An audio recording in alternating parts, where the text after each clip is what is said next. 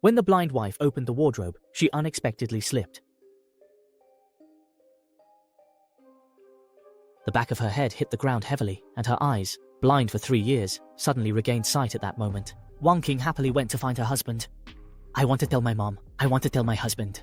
But as she passed by her parents' room, she noticed clothes dropped at the doorway. Wang Qing walked in and saw the room in a mess, with ketchup on the clothes. She immediately called her parents, but their phones were all turned off. Wang Qing was in a panic and quickly ran to find her husband, only to see Pei-yun burying a body. Wang Qing was so frightened that she took a step back, and the sound startled Pei-yun. The two of them instantly locked eyes. Pei-yun felt a jolt in his heart, dragged the shovel over to Wang Qing, and waved his hand in front of her eyes. What will happen next? Let's have the younger brother tell us first. What did you just see? Even though he knew she was blind, Pei-yun, feeling guilty, was afraid his wife would sense something was wrong. Wang Qing forced herself to appear calm and answered, "I'm just a blind person, I can't see anything." The next moment, Pei-yun turned around, seemingly believing her words, but then the shovel was suddenly swung, stopping 5 centimeters from his face. Wang Qing's heart almost jumped out, but fortunately, she steadied herself. "It seems I was overthinking."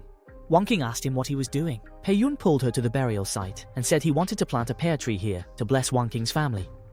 Pei-yun is a live-in son-in-law who has coveted Wang Qing's family's trillion-dollar assets for many years. As long as her parents are gone, the property would fall into Wang Qing's hands, and he plans to trick her into signing the will over to him. To prevent Wang Qing from noticing anything, Pei-yun tricked her parents into going on a trip. Pei-yun pretended to go back to get the sapling, and Wang Qing could no longer hold back her tears and cried out loud, "Ah, you are still inside." In a panic, she didn't know what to do.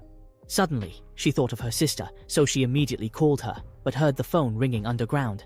Wang Qing frantically dug at the soil. "I need to dig her out," but her sister's arm soon appeared along with her phone. Suddenly, Pei-yun's voice emerged. "Honey, what is impossible?"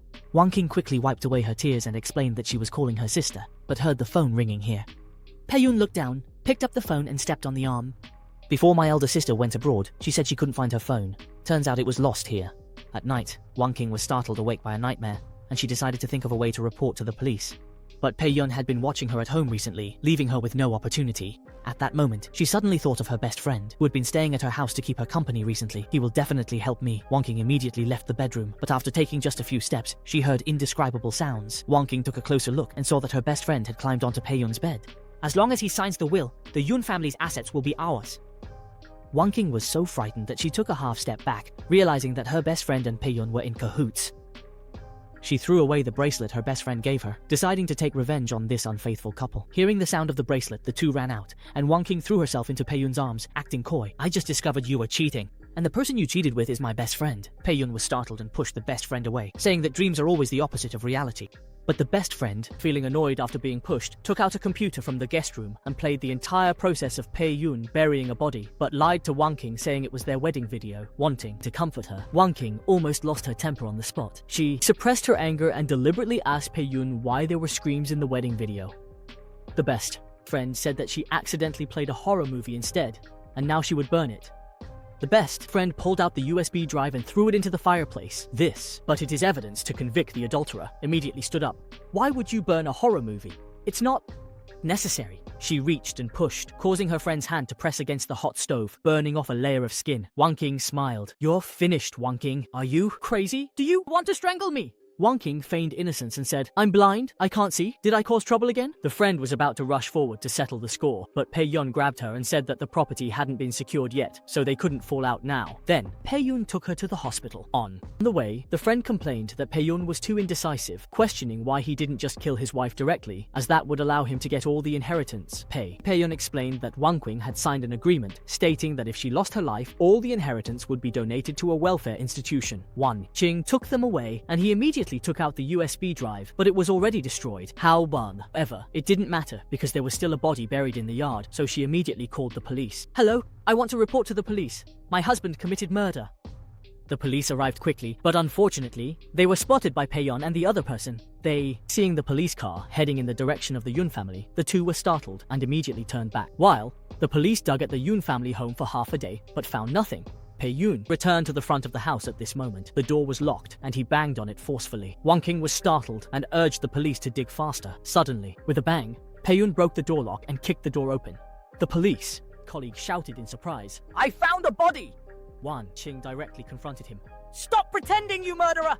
Then, the police told Wang Qing that the body was a dog. Wang King was in disbelief. How could this be? Immediately, she was so overwhelmed with anger that she fainted. When she woke up, Wang King found herself in the hospital. After the events of last night, Pei-yun felt that his wife seemed to have regained her sight, so he arranged for her to have an examination. Soon, the doctor brought the examination report, which stated that there were no signs of improvement in her eyes and she was unable to see. Wang King felt relieved, but the events of yesterday needed an explanation, as Pei-yun and her best friend had not yet been brought to justice. So, she said that she smelled a foul odor in the yard last night, which is why she called the police. Pei-yun, fearing she wouldn't agree to transfer the inheritance, went along with her story and explained, "The dog had an accident and I buried it secretly to avoid upsetting you." Wang King didn't understand why the doctor would help him lie. The other party told her that they were a student sponsored by the Yun family. She clearly felt that Wang King's husband had bad intentions, so she made a fake report.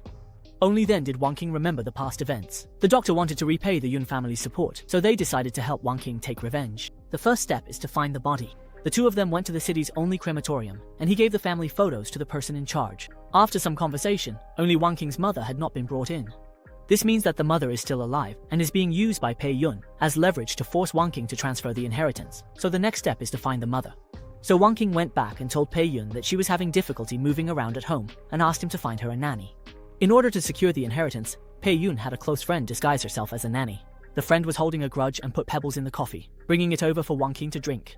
Little did she know, Wang King had anticipated this. "It's so hot. Are you trying to scold me to death?" The friend yelped in pain from the heat and was about to lash out when she saw the doctor arrive at the house, behaving intimately with Wang King. Feeling threatened, the friend followed them closely and discovered that they were acting flirtatiously, clearly having an affair. She took photos and informed Pei-yun about it. However, this evidence of infidelity could force Wang King to leave with nothing, allowing the two of them to directly inherit the Yun family's estate. So, as soon as Wang King returned home, Pei-yun presented the photos and demanded a divorce on the spot. Little did he know, Wang King also produced a stack of photos, which were evidence of Pei-yun's affair with her friend. "Even if I did cheat, it was with you."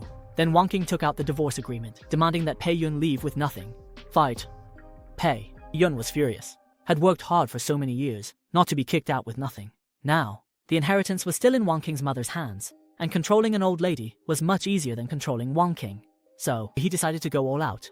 The next morning, Pei-yun directly dragged Wang King into the car, saying they were going to the Civil Affairs Bureau to get a divorce. But the car drove further and further off course, eventually stopping in a desolate wilderness. "Get out of the car." Wang King asked him where this place was. Pei-yun got back into the car, reversed, and then suddenly drove towards Wang King. The crucial moment. Pei-yun received a call from a close friend, immediately slammed on the brakes, stopping just 5 centimeters from Wang King. "What did you say?" "The person was taken away." It turned out that all of this was Wang King's plan. First letting Pei-yun catch evidence of his infidelity, then turning the tables, provoking Pei-yun to act recklessly and focus his attention on her. Meanwhile, the close friend would definitely go to her mother to sign the property transfer agreement. At this moment, the doctor would follow all the way, finding the hiding place of Wang King's mother. Then the doctor would quietly attack from behind, knocking out the malicious mistress with a stick, and finally secretly rescue the person. Wang King's mother was bullied to the point of having mental issues, but now the body has been cremated and there is no evidence to convict this adulterous couple, so the matter is not over yet. Pei-yun knew that Wang King must have regained her power, otherwise she wouldn't have used such a drastic measure. So, he smashed the head of the best friend, pretending to be incompetent and bullied, and made her pretend to seek reconciliation with Wang King. The best friend cried to Wang King, "That scumbag Pei-yun, he actually hit me so hard, so I realized, only you treat me the best." Wang King simply didn't believe that a person could suddenly change their nature. The best friend dropped a bombshell. "I have evidence of Pei-yun's crimes." Wang King's eyes lit up. The best friend saw there was hope, so she continued, "As long as you give me a sum of money, I'll give you the evidence." Wang King went along with it, saying she would take her to buy a diamond as a reward. In front of them was a blue diamond worth 3 million. The best friend was so happy that her smile was harder to suppress than an AK. Little did she know, Wang King secretly took a picture of the scene, then sent it to Pei-yun with a message. "I have the evidence now, just wait to rot in jail." Pei-yun was furious. He quickly drove to the mall location, shown in the video, and directly hit the best friend with his car. "You bitch! How dare you betray me!" The best friend was stunned and quickly denied, "I love you, I wouldn't deceive you." However, Pei-yun told her, "I never loved you. Keeping you around was just to satisfy my physical needs." And this scene was captured by Wang King, who then called the police. But, unfortunately, Pei-yun went into hiding, and the police couldn't find him. Half years later, when Wang King was volunteering at an orphanage, a delivery boy brought her a pizza. This was the pizza Wang King ordered, and she didn't doubt it and gave it to the child. ever. After eating, everyone passed out, and the mother was captured by Pei Yun, who was disguised as a delivery man. He demanded Wan King bring 50 million to an abandoned warehouse for an exchange, or else he would kill the hostage. Wanai Ching quickly brought money to keep the appointment. Knew Pei Yun had murderous intentions and wanted to kill both the mother and daughter. At the critical moment, the doctor appeared. He had been ambushed and knocked out by Pei Yun earlier, which is why he arrived late. But he was no match for Pei Yun and was quickly grabbed by the throat. At this moment, Wan King arrived at the warehouse, poured gasoline into the money box, and then took out a lighter. I'm telling you, if you don't release them, you won't get a single cent of this money. Pei Yun had schemed for half his life for these material possessions, so he agreed to her demand and released the doctor. So, in the eyes. Next moment, Pei Yun grabbed Wan King's mother again, demanding a life for a life. Wan King Ching had no choice but to agree. When Pei Yun immediately rushed towards her, and with a bang, she was shot in the hand by the police. It was the orphanage director who called the police. In the end, Pei Yun was later sentenced to death, paying the price for his crimes. And the doctor went on to live a happy life. This film is called The Vanishing Light. The question for this episode is, which part do you think is the most exciting emotional counterattack? Is it when the best friend gets her hand burned by the stove, or when cheating wins and the scumbag takes the bait, or perhaps when sowing discord leads to buying a diamond and killing two birds with one stone? Press 31 for the stove, 32 for the cheating, 33 for the two birds with one stone, and 36 for all of them. The most impressive aspect of emotions is, in the face of Pei Yun's probing, he cleverly disguised his calmness and responded without revealing anything. When confronted with her best friend's malice, she meticulously designed a trap, making the other party reap what they sowed. As for her, she constantly fought against orders and finally welcomed her own dawn. This film is great, and I recommend a few original films. Alright, that's it for this episode. Remember to give Shong a like, then follow and subscribe. See you next time. Bye bye.